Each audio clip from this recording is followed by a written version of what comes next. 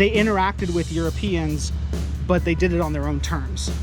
So what's the difference between like a powwow and a potlatch? The primary linguist who worked in it was a guy named Tom Hess. He worked with a woman named Vi Hilbert. How do I live as a person? Yeah.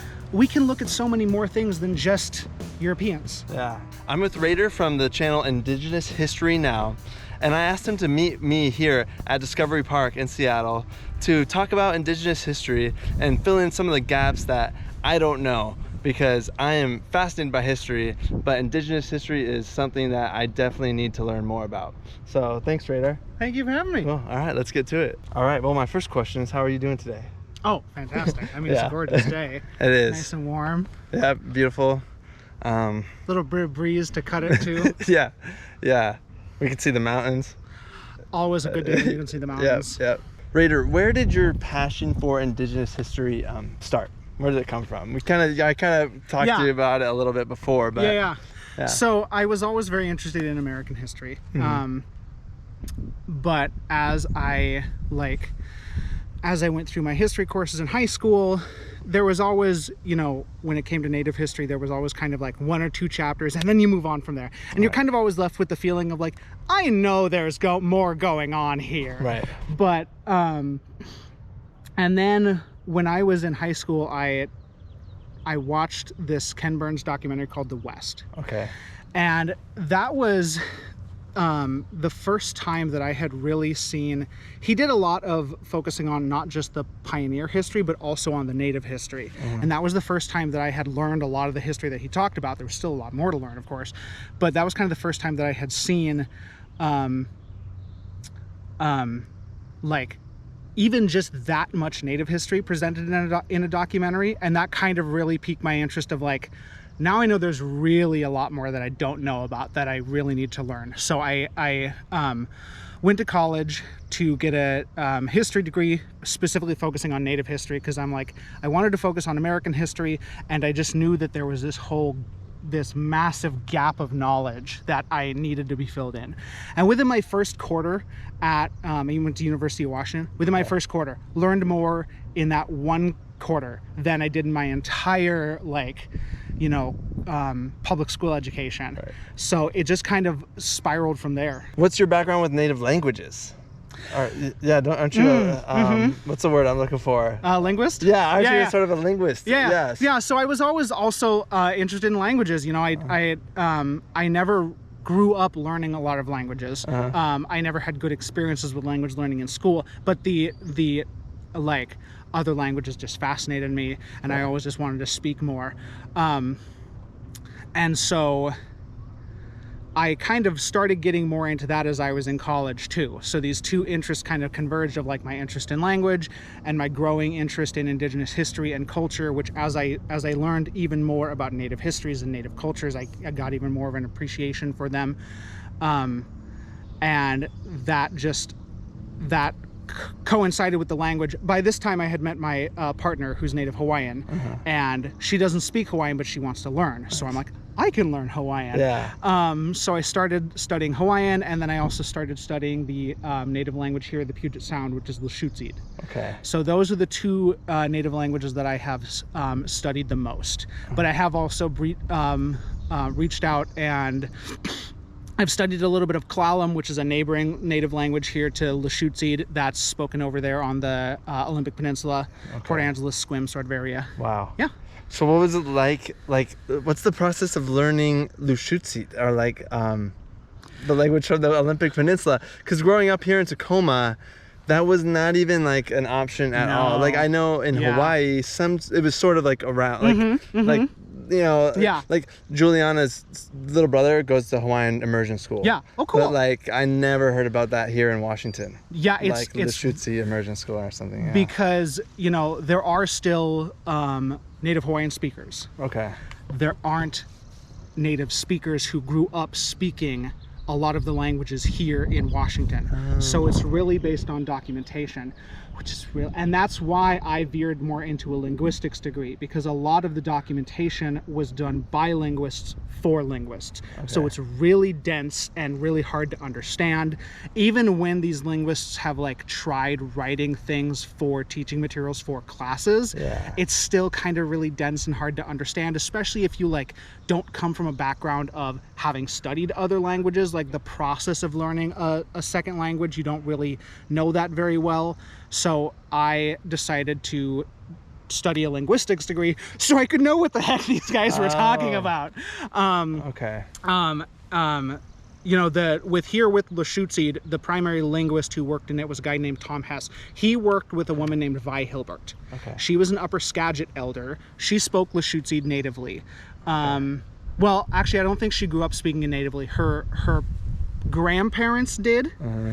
I don't think she grew up speaking it. She learned it as an adult from them. So she learned from native speakers. But those like the parents and grandparents of Vi Hilbert's generation, and she was already an elder in like the 70s. So that was kind of one of the last generations of native speaking. I grew up speaking this as a kid for a lot of native languages around here. So it was people like Vi Hilbert who partnered with linguists like Tom Hess, who documented, preserved as much of the language as they could before she passed away.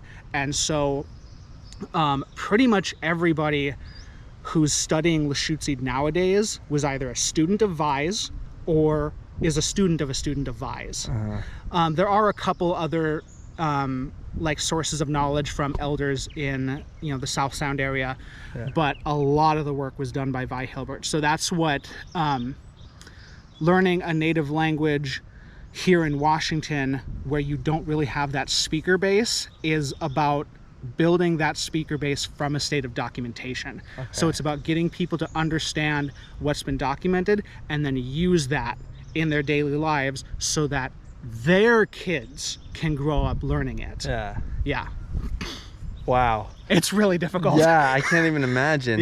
And so I mean, this is probably a silly question, but is the reason why people didn't grow up speaking that native language because of like immersion schools? It was or like, largely the immersion schools. Is that what it's called? The boarding schools. Boarding schools, So, and where they like wouldn't let them speak their native language. No, it was like beaten literally against the rule. Literally, like the law even. Lots of physical abuse, lots of harassment, and then that like the boarding schools. Even for the people who didn't go through boarding schools, the people who did, there was so much trauma about speaking their languages and really about engaging in much of their culture at all, that a lot of them didn't pass it on to their kids because they didn't want their kids to go through the same experiences that they did. I actually, a couple weeks ago, was watching a movie called Honor Thy Mother, which was made by my partner's grandmother. She lives on Bainbridge, and they have a community there called the Indopinos, which is Indian and Filipino. There were a lot of native women who came to work on the crop fields when they still had agriculture on Bainbridge, when it wasn't all just summer homes. There were a lot of native women, some local natives, but a lot came down from Canada.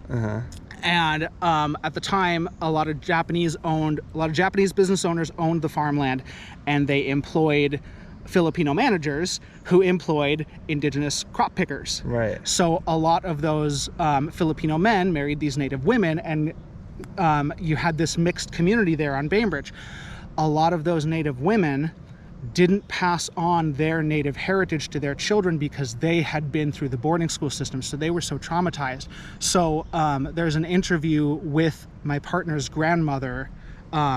We call her Ta'a. There's an interview with her. Anna Hansen is her name, her English name. There's an interview with her where she was talking about she would, you know, when her mom would have her native friends over, and they didn't think anybody else was around, in hushed, quiet voices, they would talk in their languages to each other.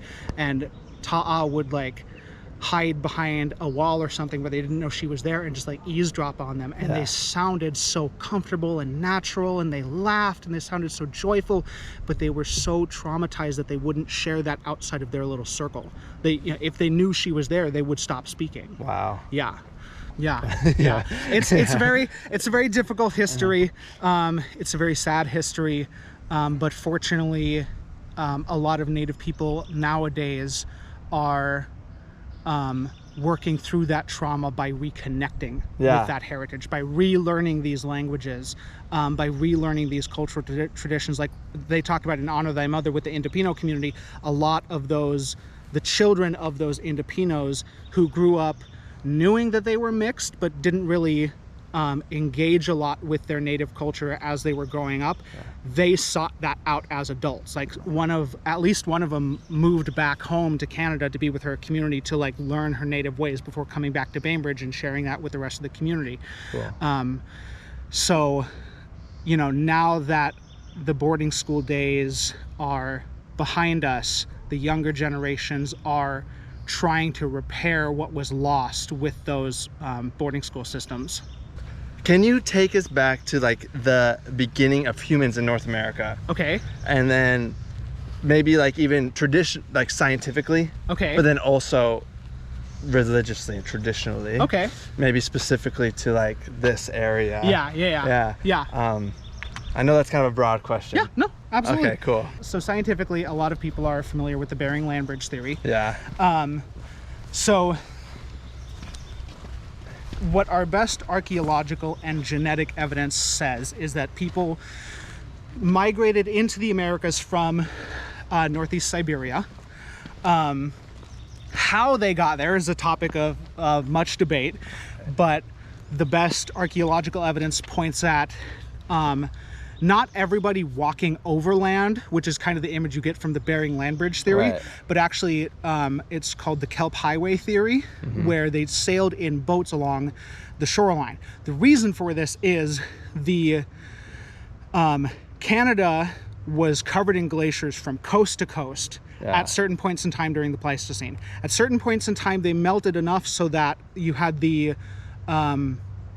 Laurentian Glacier, I believe, was the eastern one. It was centered over Hudson Bay and it spread over like 80% of Canada. And then you had the Cordilleran Glacier, which was centered in the Rockies here in the west. And so those two would meet up and make it impossible to cross Canada overland. But there were times when the glaciers melted enough so that there was an ice-free corridor.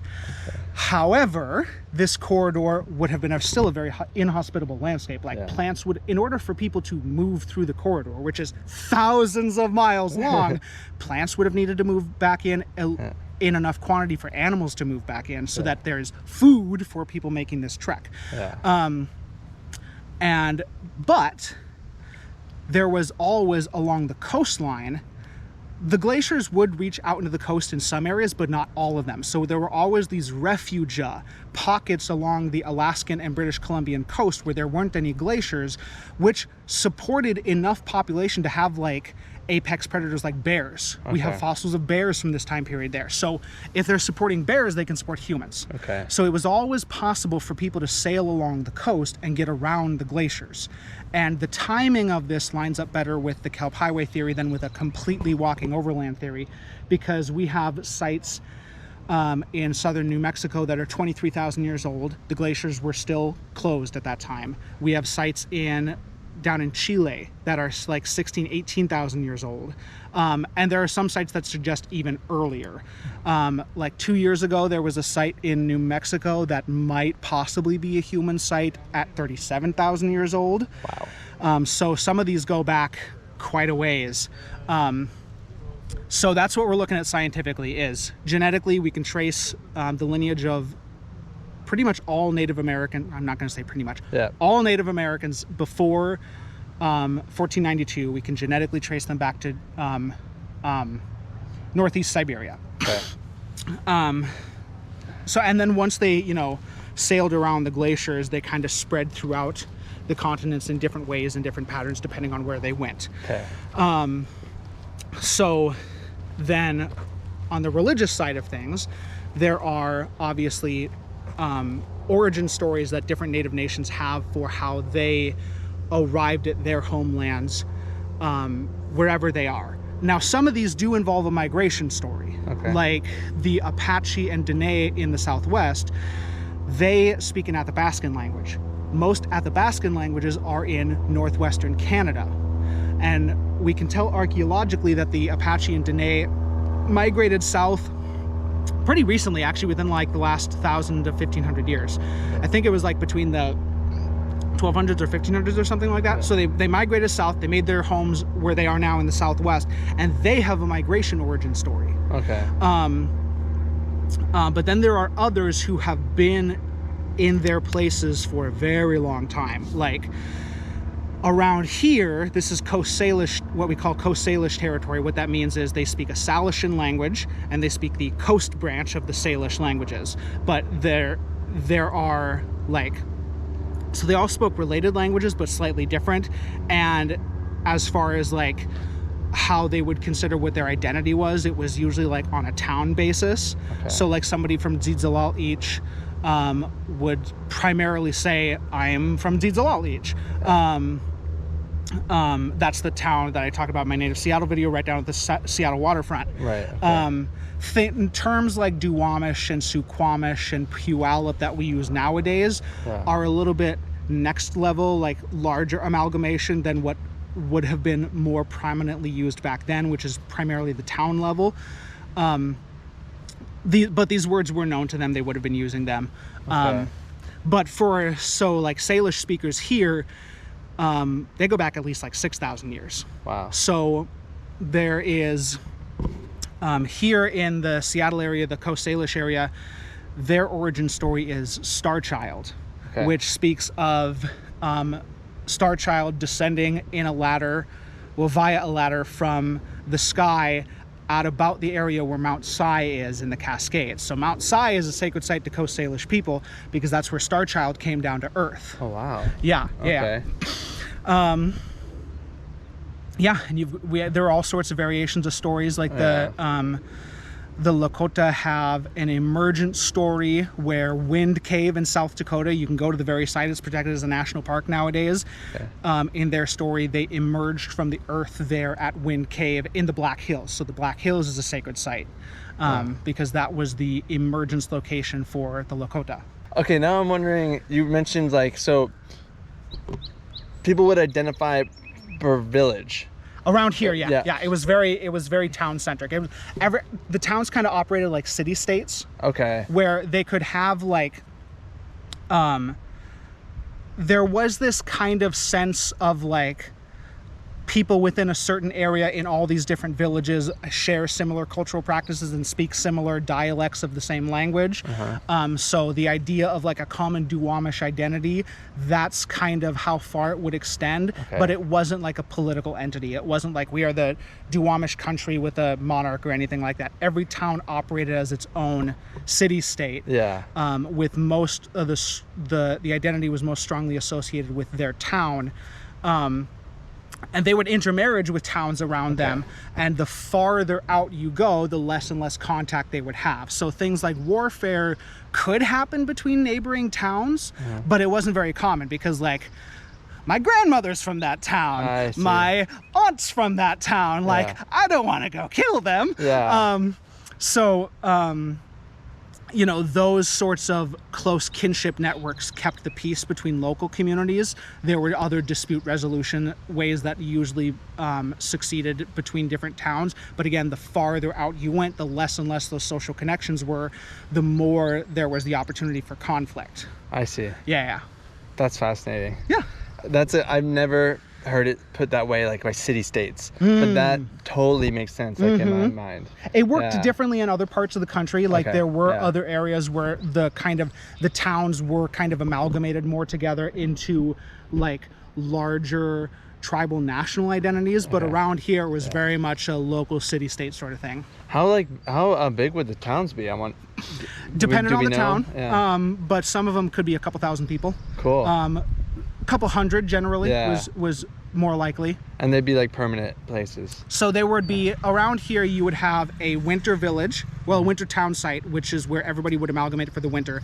That was the big one, that was the permanent one. Okay. Then you would have summer harvesting satellite villages where people would break off into family and clan groups and go out. The winter towns were usually along a major waterway. The satellite villages were generally further upland and inland, where there are, more berry fields or game trails or something like that. Those would be a lot smaller, like maybe just like a single family in size, like a little encampment, or a couple families together, like probably not more than a couple dozen people. Those would be a lot smaller.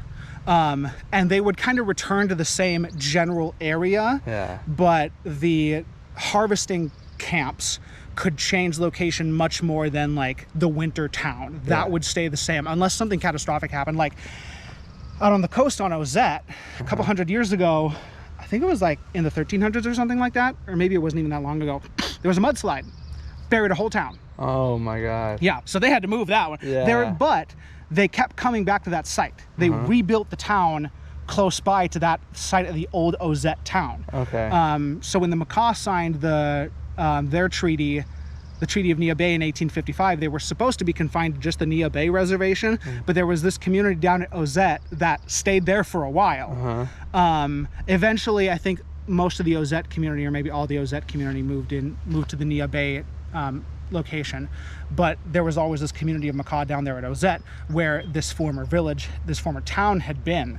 And we discovered the town in the 70s, and it was this big archaeological excavation. Oh wow. It was, and it kind of created this cultural renaissance among the Makah of, I think it was the University of Washington did most of the excavating, and they worked very closely with the tribe. So you had a lot of tribal members hands-on excavating these materials, and a lot of those materials are now owned by the tribe. They have a museum that they put them on display at Nia Bay, and they study them. I've been there.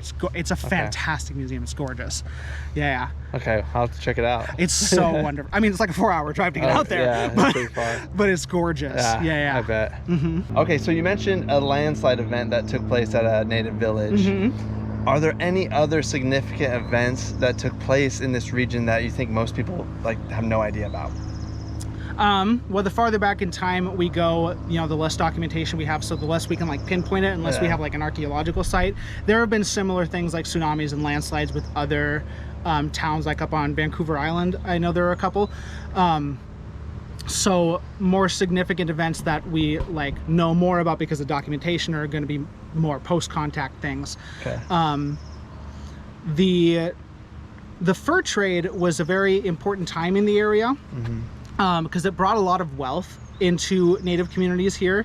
And it didn't really drastically change patterns of living. It kind of just exaggerated patterns of living that already existed. So you had this, here in the Northwest Coast, they weren't egalitarian. There's a lot of people have this image of, native people are all egalitarian and meritocratic and equal, and there were societies that were like that. The Plains comes to mind.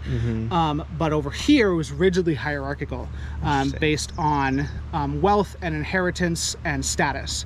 So you already had that hierarchical system, and then the fur trade comes and brings in a lot of wealth. This kind of upsets the system a little bit, because now you had traditional wealth producing streams that the traditional elites had the rights to, but now any Joe Schmo can go bag himself a sea otter, sell it to the Europeans, they'll give him a blanket, shoots, I got a blanket. And you can build up wealth like that to break into the potlatch cycle, which is a very important institution in the Northwest Coast.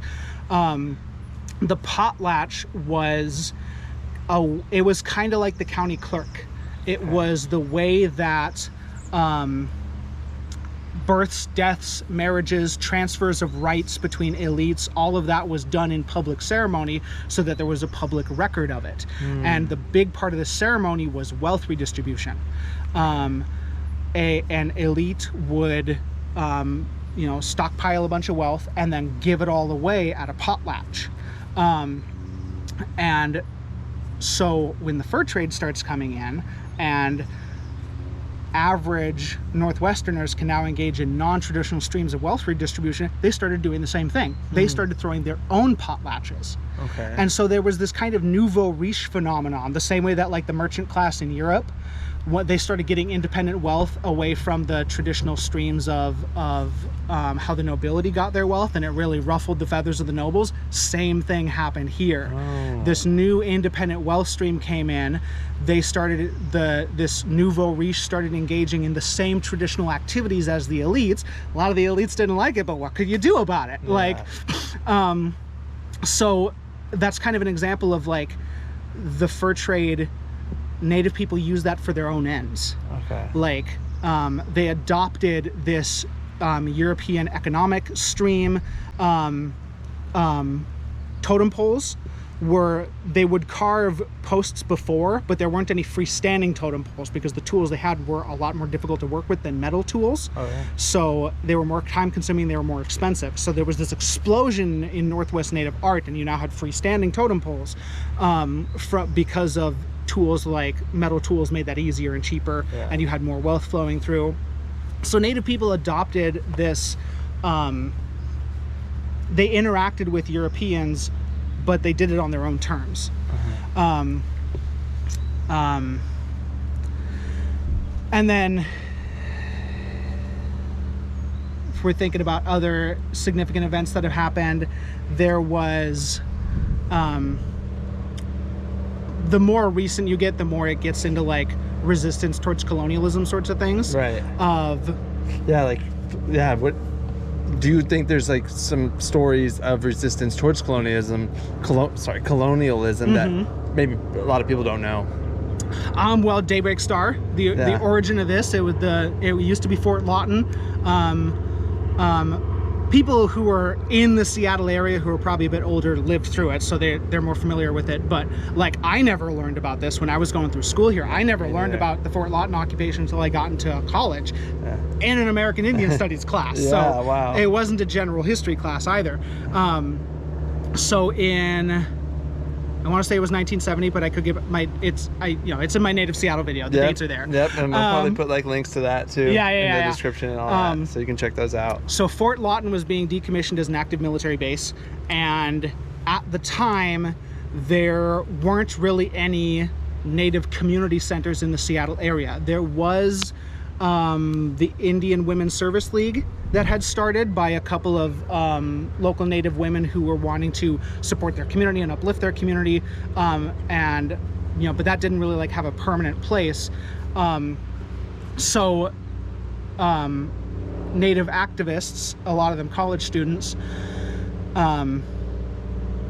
stormed the fort on, again, dates are in the video, but they climbed over the fences. Some of them climbed up the cliffs here, and they came in and they occupied the fort. Wow. And they didn't expect any resistance because as far as they knew, the army wasn't here. But there was actually a detachment of National Guard that was here training for the weekend. Wow. So the National Guard responded with billy clubs and tear gas and all that good stuff. We don't have any footage of the first occupation because the National Guard took it and destroyed it all. No. So there is a film called As Long as the Rivers Run, which is primarily about the fish wars, where it has footage of the Fort Lawton occupation of a subsequent occupation. So there was a protest camp set up outside. There was a protest camp set up outside Fort Lawton for a couple months, and they made several, takeover attempts. And eventually they negotiated between the federal government, the city of Seattle. They had organized as the United Indians of all tribes, and they now lease this land on the rest of the, so this whole, all of Discovery Park was Fort Lawton. Okay. So the whole of Discovery Park got turned over to the city of Seattle, but the United Indians of all tribes leased a couple acres here, and they built the Daybreak Star Indian Cultural Center. And so this is now a nexus of Native community. They have community support systems, like I think they do some homelessness assistance. They have like GED courses. They have a preschool. So there's stuff like that. There's the fish wars that I just referenced, which again, a lot of older Washingtonians who lived through probably know about that. But again, younger Washingtonians They're doing better about teaching these things in school now with the adoption of the since time immemorial curriculum here in Washington. That was a couple years ago. Oh, interesting. But before just a couple years ago, like I want to say like before 2010 or something like that, only 2 states had curriculum requirements for school that included Native history beyond 1900. Really?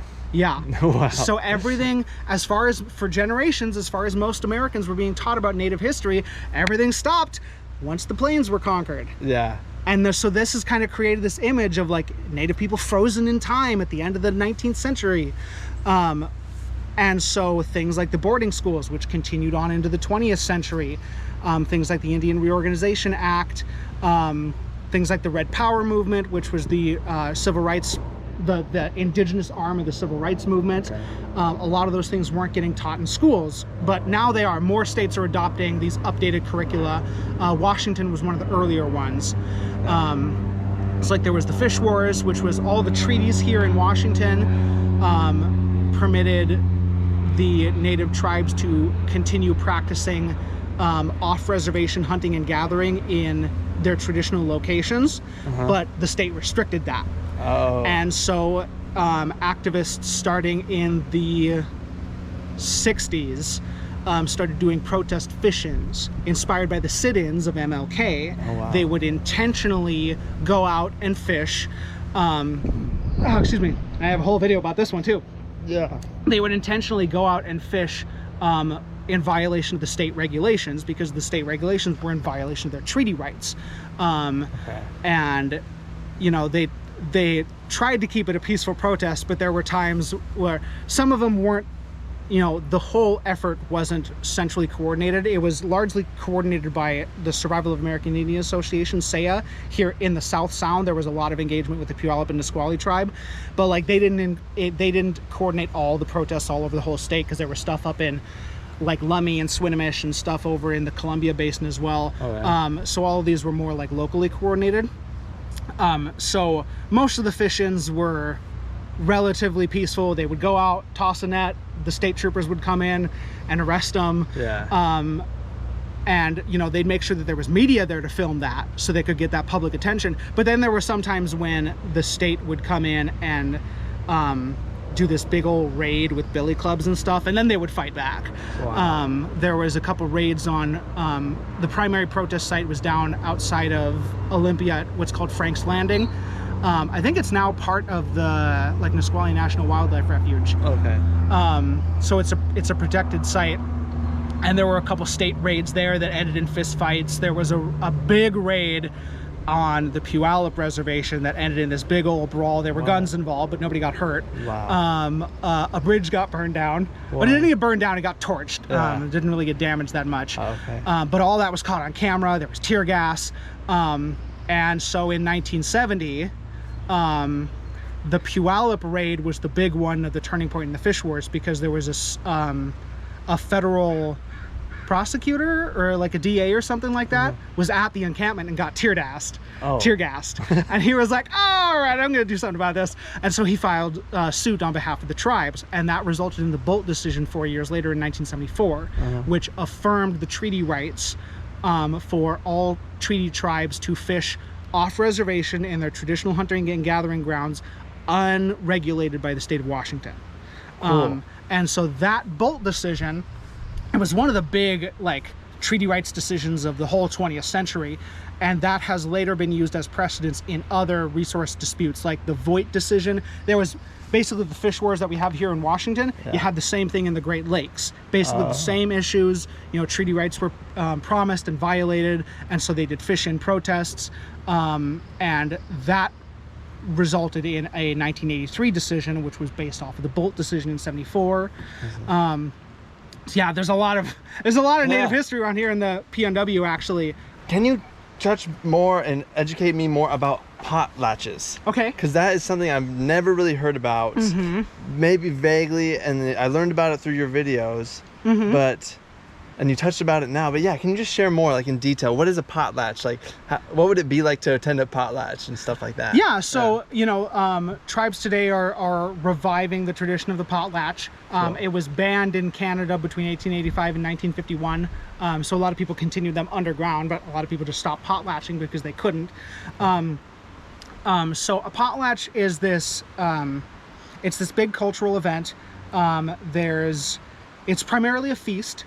So it centers around a feast, and it centers around gift giving, because what the gift giving portion of it is it's kind of actually a very incredible, there's lots of layers to the institution of the potlatch. It's actually a very ingenious institution. Really? So you have this society, right, that's very rigidly socially stratified, where you have elites that they don't own land like in the European feudal system, but they own the rights to use the land. Okay. So everybody within their, like an elite would be part of a family group. Everybody within their family group could use the land, but they had to get permission first. The elite could deny permission to people outside the family group. So it was kind of a way of ensuring proper levels of harvesting and not allowing for over-exploitation of resources. Right.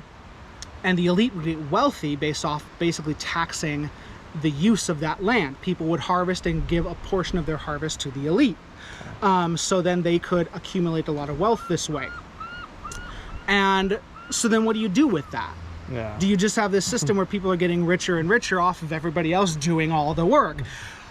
Historically, that generally leads to revolutions. Yeah. So you had this, and it can result in, like, it can make this incentive for the elites to, like, slave drive their people of like, hey, make me rich, do all the work, you know, work 50 hours a day, you know? So the potlatch was this institution where they would redistribute that wealth back. They would accumulate it for a time, and then they would redistribute it. And this would really increase their social prestige. And you had very different scales of potlatch. You had some, like, local potlatches that were just for the local town, and then you had these big grand events where elites would invite other elites from other towns and really show off and flaunt their wealth. And so, you know, you had wealth traveling between these distant communities as well as a result of the potlatches. And it was a social expectation to potlatch at regular intervals. Okay. If elites weren't potlatching regularly enough, and if they were being stingy with their gift giving, they would be publicly shamed. Really? They could lose their hereditary rights and privileges. The people in their town could just get sick of them and move to a different town, and then they would stop. They wouldn't get those taxes. Yeah. So, you know, you have this system of that, you know, allowed for, you know, a hierarchical, socially stratified society that kept stable because the commoners still had a decent standard of living. They weren't being overworked. You know, they had everything that they needed. And so these cultures didn't have written languages, right? Okay. So how do you ensure that somebody has the elite claims that they say they have? How do you ensure that they have the rights to the name, the rights to administer this tract of land? How do you make sure that somebody's not just, you know, claiming to be rich and telling you what to do? Yeah. So that's what a potlatch was. That was another one of these central,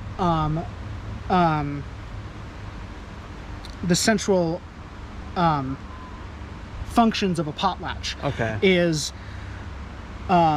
they would host this feast, they would give away wealth, but they would also do these transfers of rights. Okay. Rights could be transferred through birth, death, or marriage, or anything, or you could just give them to somebody, and all that transfer of rights had to happen at a potlatch.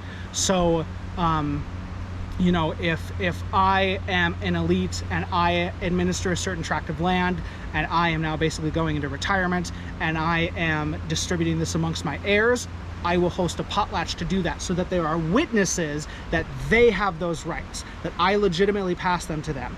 And the gifts formed a contract. Okay. People who received the gifts were acquiescing that, yes, this is all legitimate. You possess those rights, and you have now transferred those rights to somebody else. If I disagreed with chain of lineage that you claim, by which you claim to possess a certain right, I wouldn't accept your gift.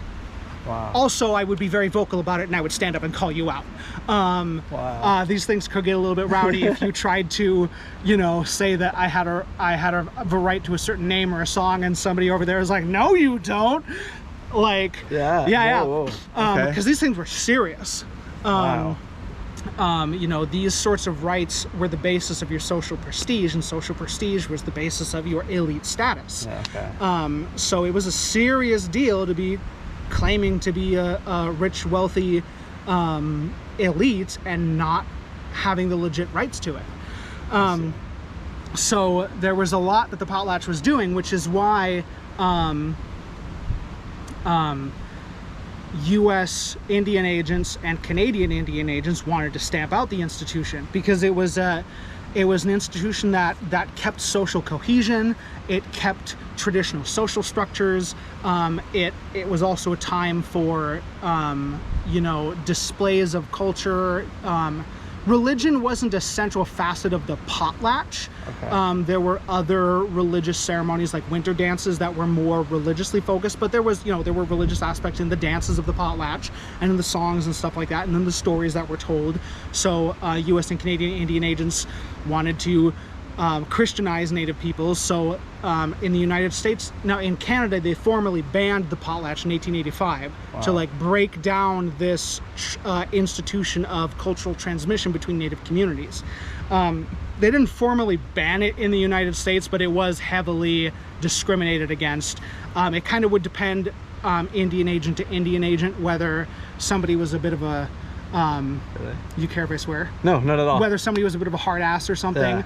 Yeah. Some Indian agents were a little more laid back because the Indian agent was an incredibly corrupt position. Really? So you could break your way in. If you wanted to climb politically in the American social apparatus, you would just have your governor uncle bribe your way to be an Indian agent. Then you'd mess around on a reservation for a couple years embezzling government funds. It was an incredibly corrupt institution in the U.S. The camera died there for a second, so we came to the shade, but we were talking about potlatches, and I asked Reidar to touch on the modern function of a potlatch. Yeah, so potlatches today are very different than what they used to be in the past, because that one of the central functions, which was upholding the elite status transfer, that whole elite class doesn't really exist anymore. So modern potlatches are more of something that anybody engages in, as long as they can provide the gifts, because it's still centered around gift giving. It's still centered around community cohesion and care that way. You'll still have modern potlatches for weddings or graduations. Tribes will throw graduation potlatches. I got you. Okay. Funerals sometimes still. So there's still the gift giving. There's still the storytelling and the dancing and the singing. There are still some more traditionalist communities where some of these things, they do still make you recite the transfer of rights. I see. One of my professors in college, she was New Chonolth, which is from the west coast of Vancouver Island, and she's from Port Alberni. And she was talking about how there are potlatches she's been to there where somebody tried to sing a song or do a certain dance that they didn't have the rights to, and somebody in the audience knew that and stood up and stopped them. Oh, wow. Yeah. So that's, if people know, they'll still do that. Okay. But the traditional previous function of upholding an elite status, that's not there, but everything else is still there in the potlatch. Okay. Yeah. All right, interesting. And so we went to the Crow Fair in Billings, it's on the Crow Reservation near Billings, and that was called a powwow. So what's the difference between a powwow and a potlatch? So potlatches are exclusive here to the Northwest Coast, and they're not even all along the Northwest Coast. It's very much a Northern Canada thing, or Northern thing in Canada, I should say, not just North Canada. Here in Washington, you had potlatches, but they were decreasing in importance. And I don't know of any documented instances of potlatches south of the Columbia. Maybe the Chinook right along the Columbia River were still doing potlatches, but that's because the social structures were different south in Oregon than they were here in Washington and up in Canada. So the function of the potlatch was different. So they had, different social institutions down there. The powwow is kind of a modern amalgamation of a lot of different things. Yeah. Like a powwow isn't even a traditional Plains Nation thing. It's something that was adopted, I think, even as recently as like the 1870s or 1880s or something like that is when they started catching on. Yeah. You know, they had their own religious and social kind of ceremonial things there on the plains, like the sun dance. But what a powwow is it's mostly a you have like competitive powwows today, so it's like a dance competition. That was like the Crow Fair. Yeah. And so the like tribes around here will throw powwows, and that's kind of a result of the history of like amalgamation, like of a pan-Indian identity that you got from all these native students from different parts of the country going to colleges in like the same places, like in Seattle or in San Francisco. So, or even more than just the college students, it's a result of the urban Indian experience, where in the 1950s you had this federal program called relocation, which sought to relocate natives from their reservation communities and put them into cities. The purpose was to force assimilation to general American society. You know, if you're back on the res with your community, you're surrounded by your traditional native society. So we're going to take you out of that, and we're going to put you right in the middle of white urban American society, and we're going to hope that you just assimilate into oblivion. But that didn't generally happen. Native people found each other in cities, created community in cities, and that results in things like the occupation of Fort Lawton. Right, you know? right, okay. So you have these institutions like the powwow that caught on with native peoples who didn't traditionally practice them because of their coming together in these urban spaces. That makes sense. Yeah. Fast. Okay, interesting. Okay, I had no idea. Okay. So a powwow isn't like primarily a religious ceremony or anything like that. I got you. Yeah. Okay. Can you recommend any sites or landmarks in this region that people in related to Indigenous history that people should check out? Like, I mean, I guess this is kind of one. Yeah. Sort of. You know, there's the Daybreak Star Indian Cultural Center here. Tribes all around operate museums, and they're really good. Like, I've been to the Suquamish Museum, I've been to the Nia Bay Museum. Pretty much every tribe in the area operates some sort of museum or cultural center. Some of them are really small and underfunded. If you go to the Squaxin Island Museum down outside of Shelton, it was like this a couple years ago. I don't know if it's like this now, but it's not open full time. You have to go to the museum, call the number that's on the door, say that you want to get in, and somebody will come out and let you in. That's awesome. Yeah. Okay, cool.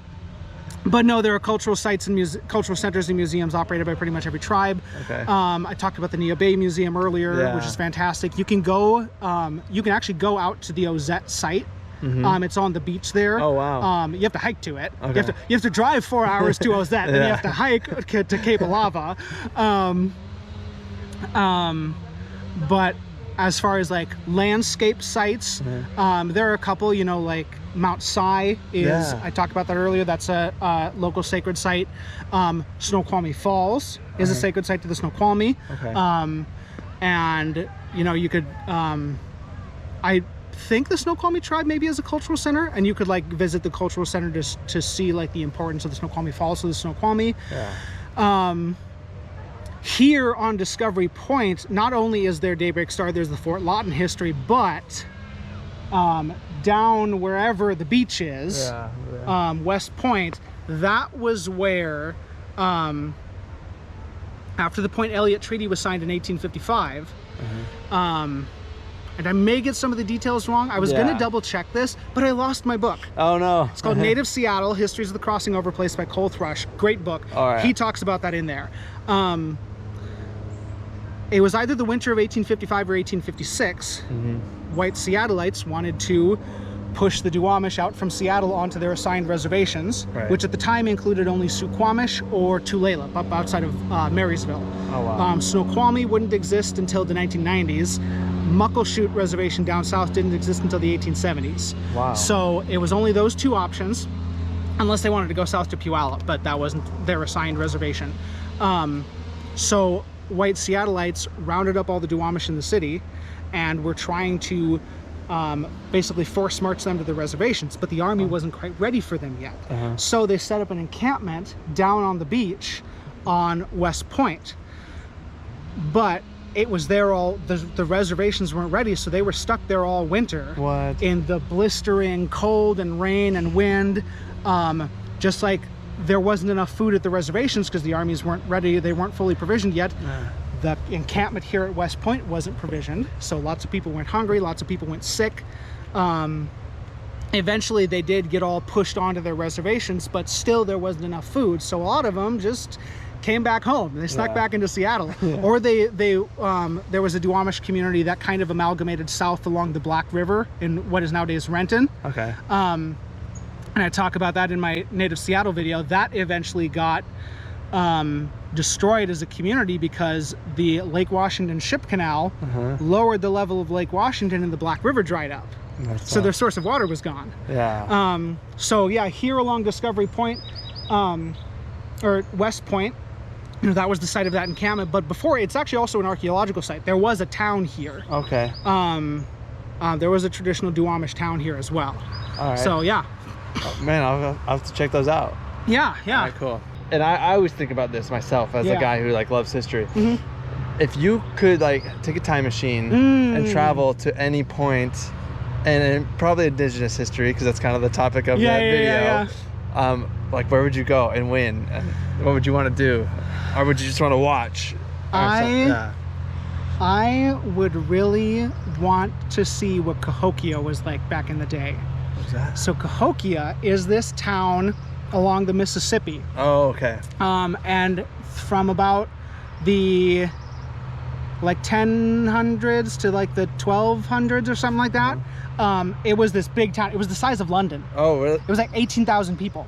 Yeah. What? Yeah. It was the biggest town north of Mexico. It was part of the eastern United States. There were a bunch of these mound builder cultures. There were several successions of cultures, the Adena, the Hopewell, the Mississippian, which all of these are just, again, big archaeological amalgamations for shared cultures.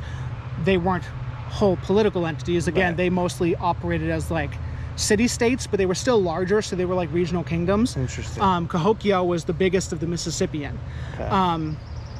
And so you have all these big platform mounds. It was this big trading hub. Their biggest mound is called Monk's Mound. It's 100 feet high. What? Its base is bigger than the base of the Great Pyramid at Giza. What? It's massive. Holy cow. Yeah. It's in Mississippi? It's in, it's along the Mississippi. I believe it's in Illinois. Okay. It's right across from St. Louis. Oh, okay. Because there was another town which St. Louis is built on top of. So we don't really have a good archaeological site for that one. But thankfully, Cahokia was on the wrong side of the river. So that one's been mostly preserved. Yeah, I'd really like to check that out. That would be cool. That would be just cool. to see like what it would have been yeah, like. Yeah. And that reminds me of another question I wanted to ask you actually earlier. And it's about like trade and stuff. So like, would a guy living pre-contact like on this side of the Cascades, how much trade and contact would they have with people on like the other east side of the state? A decent amount. Really? Yeah. Okay. You know, the cultures here are very culturally and linguistically distinct, which tells us that people mostly stayed on this side of the mountains. In places like the Pacific Northwest Coast and in California, you know, tribes tend to be very small and speak unique languages, as opposed to places like the Plains or further east, where they extend over much larger areas and speak much more closely related languages. This tells us that people were traveling a lot more in the east than they were over here, because the terrain is really rough. It's really hilly. It's just all woods. You know, the woods are thick. The mountains are almost cliff faces everywhere you go. Like Seattle has this reputation for like a lot of gnarly hills, like San Francisco. They are smoother than they used to be. Because there was this whole regrading program in the late 1800s, early 1900s. A lot of the hills in Seattle were just like kneecapped and like smoothed out. So it used to be even steeper than it is today. So it's really rough terrain to get around. So water transportation is the preeminent mode. So you know, if you were closer to the Columbia, you had a lot more contact with tribes across the mountain. If you were closer to the Fraser River, you had a lot more contact with tribes along the mountain. I see. But yeah, there were these trade routes that came here to the coast, crossed the mountains, and then the Dalles in Oregon was a really significant trading outpost. There used to be Celilo Falls. It's buried under a dam reservoir now, Celilo Lake. Okay. But that was a huge nexus of transcontinental trade. Like you had certain points along the continent that were kind of like trading hubs for, you had like local trading hubs, like the Macaw was a local trading hub because that's where you go from south or north along the coast. You turn inwards to go the Strait of Juan de Fuca and then come here to the Puget Sound. So Macaw was a local trading hub. Okay. But then you had ones that spanned longer distances. Like if you lived here in the Northwest and you really wanted to get your hands on some grizzly claws, you'd go to the Dalles, and there would be people from the Rockies coming over to trade.